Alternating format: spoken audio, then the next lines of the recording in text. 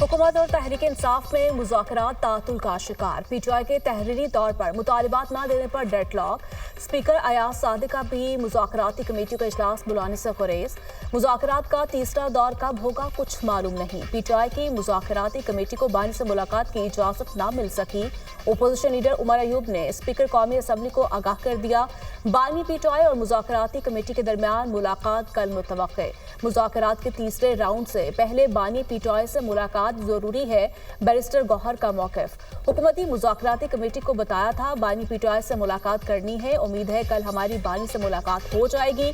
हमारे दो ही मुतालिबात हैं, असीरान की रिहाई और जुडिशल कमीशन का क़याम। बानी पीटीआई ने इन दो मुतालिबात के लिए टाइम फ्रेम दिया है। हमारे बैकडोर राब्ते ना मुज़ाकरात हो रहे हैं। बुशरा बीबी मुज़ाकराती सिलसिले में शामिल नहीं। जो कमेटी बानी पीटीआई ने बनाई वही मुज़ाकरात कर रही है। Chairman PTI barrister Gohar Khan की अडयाला जेल के बाहर मीडिया से गुफ्तगू।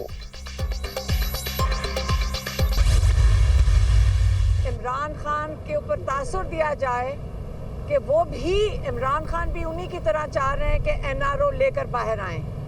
इन्होंने बड़ी कोशिश की कि इमरान खान आहिस्ता आहिस्ता 3 साल के लिए बाहर चले जाएं। कहते मैंने उनको वाज़े तौर पे अपना मौक़िफ़ दे चुके हैं। उन्होंने उनको पॉइंट एजेंडा दिया है, जुडिशल कमीशन कायम करें। दूसरा मुतालबा है जो बेगुनाह लोग जेलों में उनको आप रिहा करें। हुकूमत तासुर देना चाह रही है, बानी एनआरओ लेकर बाहर आए। हुकूमत ने बड़ी कोशिश की कि बानी 3 साल के लिए बाहर चले जाएं। बानी पीटीआई की घर में नजरबंदी के पैगामात भी भिजवाए गए। तासुर दिया जा रहा है कि बानी के बैकडोर राबते हो रहे हैं। बानी ने वाज़ेह कर दिया मुज़ाकराती कमेटी के अलावा कोई राबता नहीं। बानी के 2 मुतालबात हुकूमत के सामने हैं।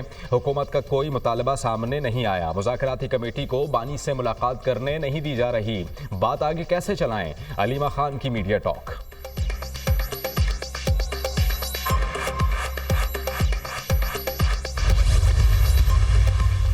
अपनी रसीदें दिखाने की बारी में बानी क्लीन बोल्ड हो गए। बानी पीटीआई सियासी कैदी रही, उनकी रसीदें जाली निकली। बानी अल कादिर ट्रस्ट केस में रसीद पेश करने से कासिर है। पीटीआई अपने किए का अंजाम भुगत रही है। कभी किसी जमात ने रेड लाइन क्रॉस नहीं की थी। सोशल मीडिया पर इदारों के खिलाफ मुहिम चलाई जा रही है। सियासतदान, एस्टैब्लिशमेंट, अतिया सब अपने तजुर्बात से सीख चुके हैं। मुस्तकबिल की मैशत का दारोमदार जदीद टेक्नोलॉजी पर होगा। तेज तर तरक्की के लिए मुल्की बरामदात का फरोग नागुज़ीर है। उड़ान पाकिस्तान प्रोग्राम का मकसद बरामदात का फरोग है। वफाकी वज़ीर अहसन इकबाल की कराची में न्यूज़ कॉन्फ्रेंस।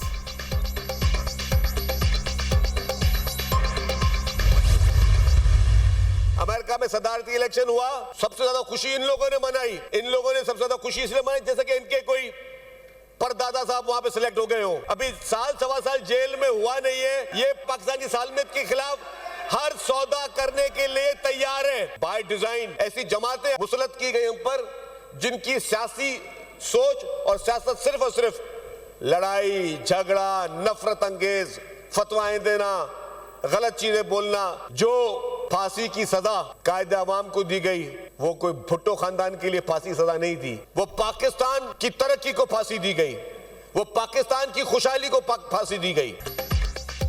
शर्जीलिना मेमन ने पीटीआई वालों को इसराइल के पेड एम्प्लॉयज करार दे दिया। पीटीआई पाकिस्तान की सालमियत के खिलाफ हर किस्म का कॉम्प्रोमाइज करने को तैयार है।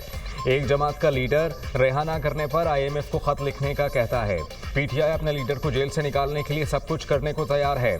अमेरिका में सदारती इलेक्शन हुआ तो सबसे ज्यादा खुश ये लोग हुए, कहते थे हम कोई गुलाम हैं। अब पूरी पार्टी लीडर की रिहाई के लिए मिन्नतें कर रही है। ये चाहते हैं कि इनके लीडर को बाहर निकाला जाए, हुकूमत दे दी जाए। हम पर ऐसी जमातें मुसल्लत की गईं जिनका काम लड़ाई झगड़ा है। पाकिस्तान में कलाशनकोफ कल्चर नहीं था। लोग तालीम हासिल करने के लिए पाकिस्तान आते थे। वज़ीर इत्तला सिंध शर्जीलिना मेमन का सिंध असेंबली में इजहार ख्याल।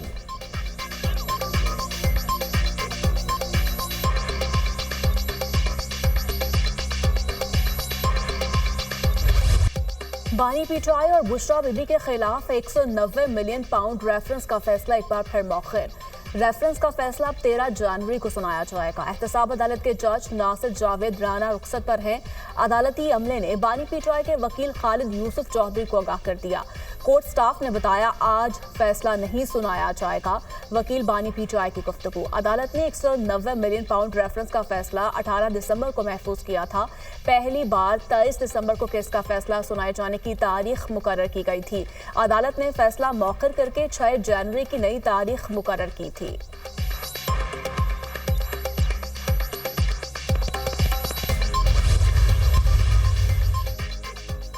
इंसानी स्मगलिंग के गिरोह के खिलाफ सख्त कानूनी कार्रवाई की जाए। इंसानी स्मगलर्स की जायदादों और असासों की जब्ती के लिए कानूनी कार्रवाई अमल में लाई जाए। मकरू धंधे में मुलव्वस अफराद के खिलाफ इस्तिगासा के अमल को मज़ीद मौसर बनाया जाए। वज़ीर आज़म की ज़ेर सदारत इंसानी स्मगलिंग के खिलाफ इक़दामात पर जायज़ा इजलास। इस्तिगासा के लिए वज़ारत कानून और इंसाफ से मुशावरत के बाद आला दर्जे के वकला तैनात किए जाएँ। दफ्तर ख़ारिजा बैरून मुल्क से इंसानी स्मगलिंग का धंधा चलाने वाले पाकिस्तानियों के लिए मुतल्लिका ममालिक से राबता करें। मुल्ज़िमान की पाकिस्तान हवालगी के हवाले से जल्द इक़दामात उठाएँ। वज़ीर आज़म की हिदायत।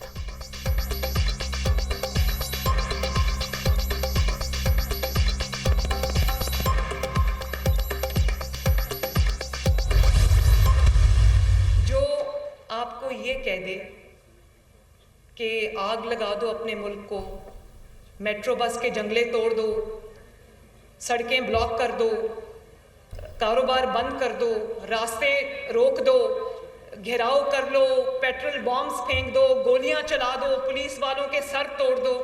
मेरे बच्चों ये बात याद रखना, ये कोई सियासी बात नहीं है। एक माँ अपने बच्चों से बात करिए, इस बहकावे में कभी मत आना। जलाओ घेराव के बहकावे में कभी ना आए, किसी का ईंधन मत बने। तलबा वादा करे मुल्क के खिलाफ नहीं जाएंगे। अगर कोई कहता है आग लगा दो, मेट्रो तोड़ दो, उनकी बातों में ना आए। आग लगाने, गोली चलाने, पुलिस पर तशद्दुद करवाने वाले नौजवानों के दोस्त नहीं हो सकते। नौजवान मुल्क के खिलाफ ना लड़ने का अहद करें। बच्चे माफ़ी मांगकर जेलों से बाहर आए तो मुझे तकलीफ हुई। सियासी पसंद और नापसंद बुरी बात नहीं, दूसरों की इज्जत करें। माओं, बहनों और बेटियों की इज्जत ना करना किसी को जेब नहीं देता। अखलाकी रवैयों से मुआशरे पहचाने जाते हैं। तलबा को देखकर यकीन है मुल्क को तरक्की से कोई नहीं रोक सकता। नौजवानों का हाथ पकड़ लें तो पाकिस्तान की तकदीर बदल सकते हैं। वज़ीर आला पंजाब मरीम नवाज का बहाउद्दीन ज़करिया यूनिवर्सिटी में होनहार स्कॉलरशिप प्रोग्राम की तकरीब से खिताब। होनहार स्कॉलरशिप 100 अरब तक बढ़ाने का ऐलान। नौजवानों के लिए 3 करोड़ रुपए तक बिला सूद कर्ज देने का भी ऐलान। यकीनन कोई मयारी नहीं है, उस पर हज़ारों सवालात उठ सकते हैं और उठ रहे हैं। कमज़ोरियों की बुनियाद पर निज़ाम से और अक़ीदे से दस्तबरदार नहीं हुआ जाता, बल्कि उसके इस्तेहकाम के लिए और उसको मुअस्सर बनाने के लिए जद्दोजहद जारी रहती है। हमारे ऐवानों को ऐसे ऐसे लोगों से भर दिया जाता है कि जिन्हें कुरान और सुन्नत से कोई दिलचस्पी ही नहीं होती। जमहूरियत और पार्लिमानी सियासत पर सवालात उठ रहे हैं। निज़ाम और अक़ीदे को मजबूत बनाने के लिए जद्दोजहद जारी रहेगी। कमज़ोरी की बुनियाद पर निज़ाम और अक़ीदे से दस्तबरदार नहीं हुआ जाता। हालात की रविश के मुताबिक चलना पड़ता है। हमारे ऐवानों को ऐसे ऐसे लोगों से भर दिया जाता है जिन्हें कुरान और सुन्नत में कोई दिलचस्पी नहीं। तमाम मकातब फ़िक्र की सियासी क़यादत ने हमेशा मजहबी हम आहंगी का किरदार अदा किया। सरबराह JUI मौलाना फजलुर रहमान।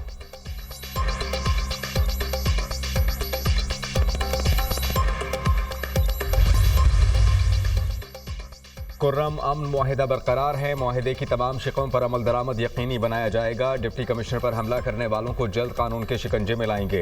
अमन दुश्मनों को बेनकाब करके करार वाकई सजा दी जाएगी। कुर्रम मेन शाहरा पर सिक्योरिटी मज़ीद सख्त कर दी गई है। इलाके को असलहे से मुकम्मल पाक किया जाएगा। असलहा रखने वालों से सख्ती से निपटा जाएगा।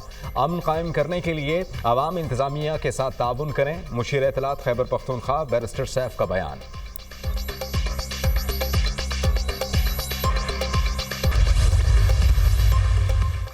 वज़ीर आला पंजाब मरीम नवाज से सऊदी अरब के सूबा इफ़रुल बातिन के साबिक गवर्नर शहजादा मंसूर की मुलाकात। पंजाब में सरमायाकारी के मौक़े पर भी गुफ्तगू। मरीम नवाज के इंफ्रास्ट्रक्चर, सेहत, तालीम और मजहबी सयाहत के शोबों में सऊदी सरमायाकारी की दावत। सऊदी अरब बड़ा भाई है, दोनों ममालिक के अवाम के दिल यकसा धड़कते हैं।